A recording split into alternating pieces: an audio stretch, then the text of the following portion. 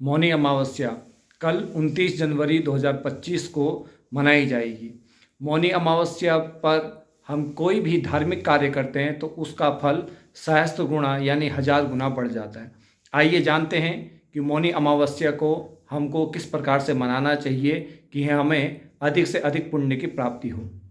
सर्वप्रथम, जैसे कि नाम से ही विदित है कि मौनी अमावस्या है, यानी मौन, और मौन सर्वार्थ साधनम, यानी मौन ही सर्व साधनों की सिद्धि प्रदान करने वाला यह पर्व है। प्रातःकाल उठ करके सबसे पहले हमें चाहिए कि हम मौन जितना हो सके उतना मौन व्रत को धारण करें। यदि संभव हो सके तो मौन होकर के किसी भी तीर्थ स्थान पर, गंगा किनारे अथवा आप किसी भी पवित्र क्षेत्र में जा कर के स्नान करें, पवित्र नदियों में स्नान करें। उसके पश्चात अपने देवताओं एवं विशेषकर जिनका पितृदोष यदि किसी के जीवन में लगा हुआ है तो पितरों की शांति के लिए पितृ यज्ञ करवा सकते हैं। भगवान विष्णु का पूजन करके पितरों के निमित्त दान इत्यादि कर्म जो भी इसमें मौनी अमावस्या के दिन करता है उसकी समस्त मनोकामनाएं पितृलोक अवश्य पूर्ण करते हैं। जिनके भी जीवन में पितृदोष के कारण समस्याएं हैं वे इस दिन नारायण पूजन करके पितरों के निमित्त दान इत्यादि कर्म को करें। इससे उनकी समस्त मनोकामनाएं पूर्ण होगी। मौन सर्वार्थ साधनम, यानी जो मौनी अमावस्या के दिन मौन रह करके यज्ञ जप तप करते हैं उन सभी की मनोकामनाएं अवश्य पूर्ण होती है।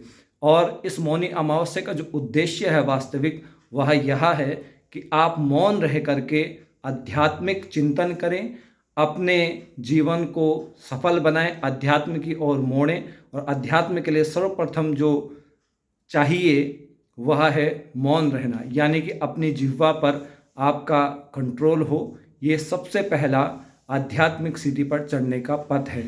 आप सभी जितना हो सके इस दिन दान जप इत्यादि कर सकते हैं। इस दिन तिल दान देने का भी बहुत अधिक महत्व है।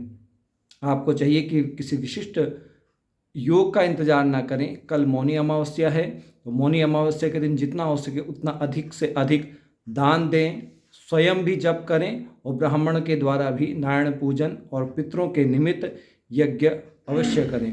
तीर्थ में जा कर के तर्पण कर्म को अवश्य ही करना चाहिए। तीर्थ क्षेत्र में जाएं, वहाँ तर्पण क्रिया अवश्य करनी चाहिए। और इस दिन जो कोई भी दान आप देते हैं उसका भी फल 1000 गुना हो जाता है। तीर्थ क्षेत्र में जाकर के यदि आप दान करते हैं तो उसका फल विशेषकर हो जाता है।